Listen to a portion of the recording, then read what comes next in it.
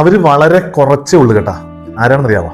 ഈ മറ്റുള്ളവരുടെ സന്തോഷവും അവരുടെ ഉയർച്ചയും ഒക്കെ കണ്ട് അസ്വസ്ഥപ്പെടുകയും വിഷമിക്കുകയും അത് തകർക്കാൻ വേണ്ടി നോക്കുകയും ചെയ്യുന്ന ആൾക്കാർ വളരെ കുറച്ചേ ഉള്ളൂ. ഞാൻ എൻ്റെ ജീവിതത്തിൽ അങ്ങനത്തെ ആൾക്കാരെ വളരെ കുറച്ചേ കണ്ടിട്ടുള്ളൂ. മറ്റുള്ളവർ ഉയരുന്നത് കാണുന്നത് ഇഷ്ടപ്പെടാതെ അത് തകർക്കാൻ നോക്കുന്ന ആൾക്കാർ.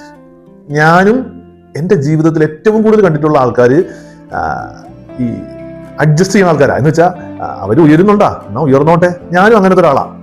അവൻ വളരുന്നുണ്ടാ, അവൻ വളർന്നോട്ടെ, എനിക്കെന്താ, എനിക്ക് പ്രശ്നമൊന്നുമില്ല. നമ്മളിൽ ഭൂരിപക്ഷം പേരും അങ്ങനത്തെ ആൾക്കാരാ. എന്ന് വെച്ചാൽ നമ്മൾ അവരുടെ ഉയർച്ചയെ തടസ്സം വെക്കാനൊന്നുമില്ല, എന്നാൽ അവരുടെ ഉയർച്ചയിൽ അങ്ങനെ അങ്ങോട്ട് ഭയങ്കരമായി സപ്പോർട്ട് ചെയ്യാനും ഇല്ല.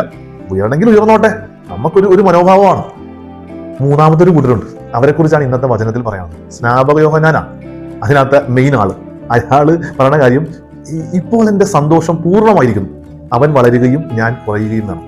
അവന്റെ വളർച്ചയിൽ, അവരുടെ വളർച്ചയിൽ, അവളുടെ ഉയർച്ചയിൽ, നേട്ടങ്ങളിൽ സന്തോഷിക്കുന്ന ആൾക്കാർ. ശരിക്കും പറഞ്ഞാൽ നമ്മൾ അങ്ങനെയായി മാറണം. ഇത് അവരുടെ ഉയർച്ചയെ അങ്ങ് അഡ്ജസ്റ്റ് ചെയ്ത് പോയാൽ പോരാ. അവർ ഉയരണമെങ്കിൽ ഉയർന്നോട്ടെ എന്ന് വിചാരിച്ച് വളരെ നിസ്സംഗമായിരുന്നാൽ പോരാ. അവരുടെ ഉയർച്ചയിൽ നമുക്ക് സന്തോഷിക്കാൻ സാധിക്കണം.